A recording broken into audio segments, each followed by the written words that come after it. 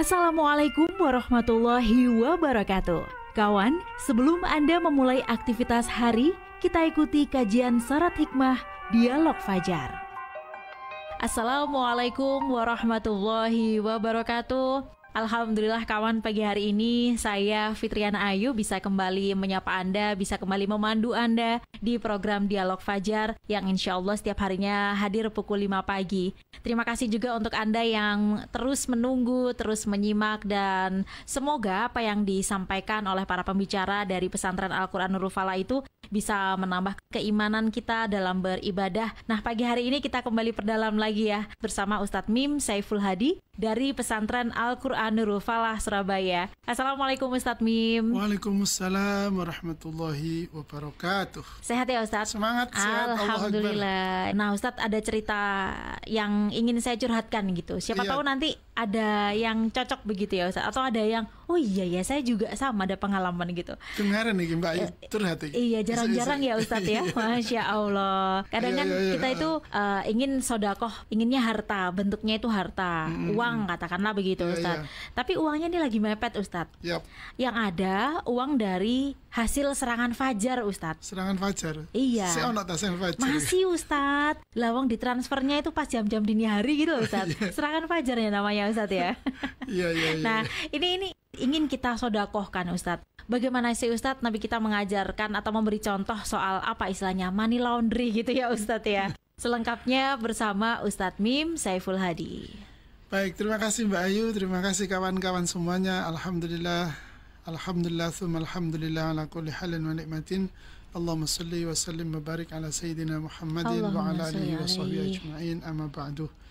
Puji syukur kehadirat Allah Subhanahu wa Ta'ala, kita masih diberi kesempatan kembali di pagi hari ini untuk bertemu, berjumpa, bersua, melakukan kebaikan, memanfaatkan waktu, menggunakan kesehatan untuk berkarya, melakukan aktivitas beragam-ragam kegiatan selama seharian adalah kesempatan, adalah nikmat, adalah pemberian dari Allah Subhanahu wa Ta'ala. Salawat dan salam tersanjung kepada junjungan kita, panutan kita, teladan dan guru kita, Rasulullah Muhammad Sallallahu Alaihi Wasallam, serta keluarga dan para sahabat semuanya. Iya Mbak Ayu, benar.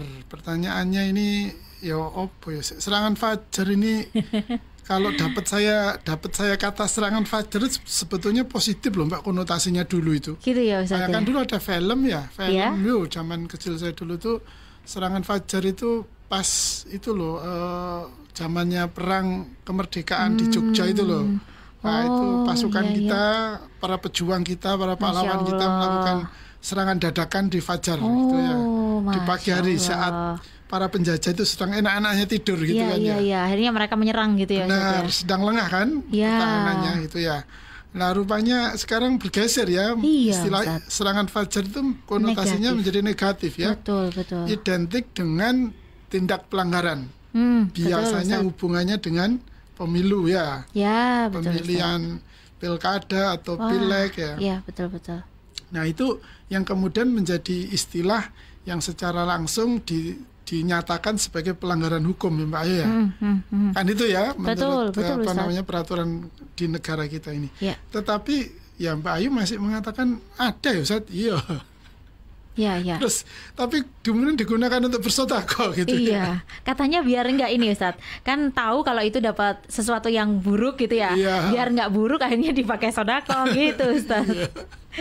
Astagfirullah. Iya, ternyata ya ada juga ya. Iya, gimana itu Ustaz ya? Benar. Jadi memang ya ada juga, memang faktanya memang ada ya. Iya. Jadi memang ada. Nah, tapi kita petik dulu aja ya, pesannya Rasulullah untuk kita semuanya. Bismillahirrahmanirrahim. Qala Rasulullah sallallahu alaihi wasallam, Ya Ka'ab bin Ujrah, innahu la yadkhulul jannah lahmun nabata min suhtin. Rawahu Ibnu Hibban. Dan di dalam riwayat yang lain, qala Rasulullah sallallahu alaihi wasallam, Ya Ka'ab bin Ujrata, la yarbu lahmun nabata min suhti illa kanatin nar aula bihi. Artinya, wahai Ka'ab bin Ujrah, tidaklah daging manusia tumbuh dari barang yang haram kecuali neraka lebih utama atasnya. Hadis riwayat Tirmidzi. Kalau menilik hadis ini sesungguhnya, ya bukan sesungguhnya ya, sungguh keras ya, bukan sesungguhnya, sungguh keras. Larangan Rasulullah kepada kita untuk main-main dengan barang yang haram, sesuatu yang haram. Jadi kalau kita jelas-jelas tahu ini barang, harta, uang atau apapun bentuknya diperoleh dari cara yang haram, dengan cara yang tidak halal, dari cara yang melanggar syariat, maka sampai kapanpun status harta itu ya tetap akan haram. Kan itu Mbak ya. Sehingga sungguh tidaklah benar itu ya, kalau kemudian kita kepingin bersedekah, kemudian uang yang kita sedekahkan itu diperoleh dari cara yang tidak halal atau dari cara yang haram. Apapun bentuknya. Nek gak ngene aku gak iso nyekolahke ning sekolah sing apik misalnya ada yang begitu ya. Ada orang itu barangkali berpikiran begitu, kalau saya tidak mencari uang yang banyak, saya tidak punya uang yang banyak, saya tidak bisa menyekolahkan anak di lembaga pendidikan yang baik, misalnya gitu ya, yang favorit, misalnya gitu. Nah ini kan cara berpikir yang oleh Rasulullah di hadis yang pertama tadi itu tidak bisa diterima, karena setiap perkara yang haram, ya dia akan tetap haram. Sampai kapanpun, sedikit atau banyak gitu ya, disamarkan atau ditunjukkan.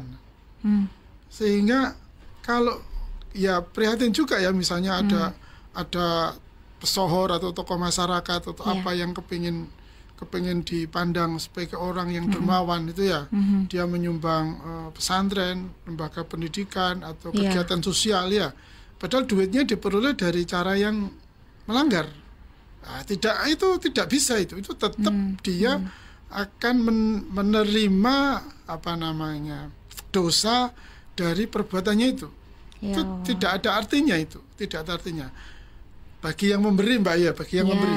Sehingga tidaklah bisa kalau seseorang menerima, mengambil, memperoleh suatu harta, suatu hal atau sesuatu yang berharga itu dari jalan yang haram, kemudian kepingin disamarkan atau kepingin disembunyikan dengan cara dia mentasarufkan atau membelanjakan atau menginfakkan kepada jalan yang baik. Tidak bisa ya. Sehingga tetap saja malaikat ini dulu kan tak pakai untuk nyumbang masjid misalnya gitu, tak sepuro loh ya. Ya tentu kalau gitu aku untuk berbuat maksiat lebih nemen lagi kan itu ya. Bukan begitu cara berpikirnya. Kalau nanti kemudian berpikirnya begitu ya mending tak buat minum-minuman keras saja Ustaz, tak pakai untuk berbuat maksiat yang lain lagi. Tidak juga begitu, itu juga lebih sesat lagi. Dia memperoleh cara barang dengan cara atau pendapatan penghasilan dari cara yang haram, itu sudah berdosa, kemudian malah digunakan untuk berbuat dosa lagi kan itu. Maka dari itu Mbak Ayu, serangan-serangan fajar atau apapun namanya yang dimaksudkan untuk menyuap kita, menyuap warga negara atau menyuap para pemilih, maka sesungguhnya ya jangan diterima, ya harus jangan diterima. Lah kepeksa Ustaz, seberapa terpaksanya kan begitu, itu kan pasti harus dikaji lebih dulu ya. Alasan aja gitu ya. Ini tiba-tiba sudah ada di rumah, saya nggak tahu yang ngasih siapa loh, nggak tahu yang ngasih siapa kalau tidak serangan fajar kan itu ya. Iya. Berarti kan tahu juga gitu, pura-pura nggak tahu aja ini. Iya. Jadi tidak, bagaimanapun ya sudah itu. Kalau gitu bagaimana misalnya? Ya akhirnya pikirannya tidak boleh daripada sia-sia kemudian diberikan kepada fakir miskin atau orang yang miskin ya gitu saja untuk menyelamatkan diri, bukan untuk berbangga maksudnya. Hanya untuk menyelamatkan harta itu saja, tidak untuk melindungi diri kita gitu. Karena kita tidak tahu siapa yang memberi. Kalau misalkan tadi ya Ustaz ya. Dan juga kita tidak menerima kan. Maksudnya tiba-tiba jadi kalau amplop dong ini misalnya gitu ya. Iya, tiba-tiba. Ya, oke, dari berarti serangan fajar misalnya gitu ya Mbak ya. Atau tiba-tiba tadi masuk ke rekeningnya Mbak Ayu. Iya. Iya, kalau 100.000 kayaknya akan dikeluarkan deh. Tapi kalau 1M ya mikir sih Anda. Wah iya Ustaz. 1M. Wah iya. Ya. Tapi sekali lagi barang yang haram, sesuatu yang haram 100 atau 100 triliun ya sama saja tetap haram. Iya. Nah statusnya itu sudah sangat jelas. Ya. Ini yang menjadi hal penting bagi kita karena sekali lagi tidak pernah daging di hadis Rasulullah tadi itu yang kedua tidak pernah tidaklah daging manusia tumbuh dari barang yang haram kecuali neraka lebih utama dari atas. Innalillahi ya Allah. Maka saya sebagai kepala rumah tangga kawan-kawan sebagai kepala rumah tangga atau yang mencari maisha atau mencari penghidupan untuk keluarganya jangan sampai diberikan atau jangan sampai memberi kita ini sesuatu yang haram diberikan kepada keluarga kita walaupun hanya seujung kuku. Kenapa? Karena Rasulullah begitu tegas pada kita. Tidak diizinkan kita sebagai kepala rumah tangga memberikan kepada anggota keluarga kita rezeki atau penghasilan atau uang atau apapun namanya dari jalan yang haram. Kenapa? Karena tidak pantas. Daging yang tumbuh dalam diri kita ini yang dibangun dihidupkan itu ditumbuhkan dari asupan barang yang haram kecuali neraka. Ini kan peringatan yang keras. Terus tapi ya jangan terus begini, waduh bapak aku koruptor, berarti yang tak makan koruptor aku bunuh diri ya enggak boleh juga. Bukan ya Ustaz. Enggak begitu maksudnya. Ini bagi yang melakukan, bagi kita yang tidak tahu apa-apa misalnya anaknya ternyata setelah besar tahu bapakku dulu itu ternyata perampok misalnya gitu ya. Dulu bapakku ini banter narkoba, naudzubillah kali kan. Dulu bapakku ini penjual miras misalnya gitu. Kemudian berarti semua yang aku makan ini dari penghasilan yang kotor, yang buruk. Waduh aku berarti gak pantas hidup, soal aku mesin rokok. Nggak gitu maksudnya. Ini tanggung jawabnya ini kepada orang yang melakukan, bukan kepada kita yang menerima. Iya. Nanti boleh dibahas lagi ya Ustadz ya, lebih dalam lagi ya Ustadz dari sisi penerima ya Ustadz. Iya boleh. Nanti di waktu yang lain Mbak. Iya boleh Ustadz. Tetapi secara prinsip kawan-kawan semuanya, mari kita tularkan kepada saudara-saudara kita, pada kawan-kawan kita bahwa sungguh sama sekali kita dilarang dengan ancaman yang sangat berat. Sekali lagi ancaman yang sangat berat. Barang siapa yang hidup di dunia, dia makan dari makanan yang Allah ciptakan di muka bumi ini, tapi dia peroleh dengan cara yang haram. Berlindung saja kita. Kita ini berusaha keras begitu saja. Wes ngati-hati ya Mbak Ayu ya. Wes nemen lah kita ini. Itu saja masih berpeluang untuk kecampuran kan? Betul Ustaz. Apalagi kita dengan dada dibusungkan dengan tangan dikepalkan, sikat gitu ya. Proses yang sangat mudah lah intinya gitu ya Ustadz ya. Sikat urusan buri kena ditoto misalnya gitu. Wes awuren. Ya Allah. Kan enggak boleh, itu enggak gitulah. Agama Nabi kita enggak begitu mengajari kita. Semuanya harus kita peroleh dengan cara yang halal, dengan cara yang benar, dengan cara yang dituntunkan oleh agama, dijaga oleh syariat kita, sehingga apa-apa yang kita upayakan, apa-apa yang kita usahakan ini betul-betul sesuatu yang halal. Kemudian kita hadirkan untuk istri, untuk anak, untuk orang tua, itu adalah barang, itu adalah harta, itu adalah rezeki yang diperoleh dengan keringat. Yang kemarin kita pernah bahas Mbak ya, dengan keringat sendiri dan dengan cara yang halal. Dan kita persembahkan dengan penuh kebahagiaan. Pasti butuh proses semuanya. Butuh proses lah. Proses demi proses itu seperti yang kita sampaikan waktu yang lalu. Setiap proses itu keberkahan Allah datang kepada kita ketika yang kita usahakan ini sesuatu yang halal.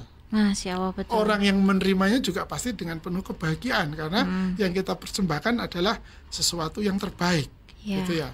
Nah, ini adalah hal yang penting bagi kita sekalian. Saya ajak, saya ingatkan semua kawan-kawan jamaah Dialog Fajar ini. Ya, ayo kita harus kuat ya di bidang, di unit, di tempat kita masing-masing untuk menjaga diri, memastikan setiap yang kita terima ini, setiap yang kita terima ini adalah halal. Dari proses yang halal. Betul, dan kita persembahkan untuk anak-anak istri atau keluarga di rumah kita juga rezeki harta yang diperoleh dengan cara yang halal. Masya Allah, ini memberikan semangat ke siapapun yang saat ini juga menjadi kepala keluarga. Iya, Kemudian benar. si ibunya ngomong mendoakan suaminya mendapat rezeki yang halal, insya Allah begitu ya Iya Ustaz. benar, Mbak Ayu, iya Allah. benar. Nanti kalau kita ya para suami yang menghadirkan rezeki yang halal kepada istri atau kepada anak itu, kita. saya yakin istri itu juga beda.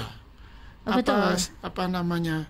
Sahwatnya atau nafsunya itu juga beda. Masya Allah. Anak pun juga begitu, beda mudah dididik ya, mudah diarahkan ya. Istri Masya juga gitu, Allah. tidak akan pikirannya itu tidak Banggel. macam-macam itu ya. Iya, Sikapnya iya. juga akan hormat sama suami. Masya Sehingga Allah. yang saya sebut keberkahan dari tahap demi Iya, tahap iya. itu bisa Terjadi, masuk ke terwujud. sana ya. Masya Allah. Ya, ibaratnya kalau kita membangun tembok di sebelah saya ini dengan bangunan sedikit demi sedikit Iya, kan iya, Pak Ayu ya, iya. kan sehingga tidak ada celah ya. Ya. Tapi kalau bangunnya cepet-cepet itu kan harus bolong kabeh, growo kabeh. Iya. Terangin titik Iya, ambruk. Ya Allah. Jadi doanya dulu kita ketika awal kali mengucap janji suci itu sakinah mawaddah warahmah itu terwujud di proses ini ya Ustaz ya. Benar. Ya Allah. Semoga, Terima semoga. kasih Ustadz Mim. Kawan-kawan Semoga diberi semakin kekuatan ya. Amin ya robbal alamin. Alhamdulillah. Saya yakin memang tidak mudah, Iya, betul. tidak mudah, kawan berjuang juga tidak mudah ya. Betul. Mencari menemukan beristiqomah di jalan yang halal. Masya Tetapi Allah. yakinlah Allah kan menjamin tadi, Nah, yang akan mencukupi iya, kan, iya. kita bilang begitu ya. Masya Allah. Dan ancamannya kan juga jelas, kalau sampai ini haram yang kita Iya. kumpulkan maka tidak pantas itu ya. Na'udzubillah. Daging yang tumbuh dari harta yang haram kecuali neraka. Na'udzubillah min dzalik ya Allah Iya. Ustaz. Semoga dirjauhkan ya Ustaz ya. Amin ya Rabbal Terima alamin. kasih. Sama-sama. Semoga bermanfaat kawan. Dan Insya kita tutup dengan doa kafaratul majlis. Subhanakallahumma wa bihamdika nasyhadu alla ilaha illa anta nastaghfiruka wa natubu ilaik. Demikian saya Fitriana Ayu dan juga Ustadz Mim Saiful Hadi pamit. Wassalamualaikum warahmatullahi wabarakatuh. Waalaikumsalam warahmatullahi wabarakatuh. Program Dialog Fajar yang baru Anda simak kerjasama Suara Surabaya dan Pesantren Al-Quran Nurul Falah Surabaya, lembaga dakwah yang amanah, profesional, dan berbasis Al-Quran. Pesantren Nurul Falah mencetak guru-guru Al-Quran dengan metode tilawati dan tahfidz Al-Quran. Informasi dan pemberian donasi hubungi 031 828 1278 atau nurulfalah.org. Wassalamualaikum warahmatullahi wabarakatuh.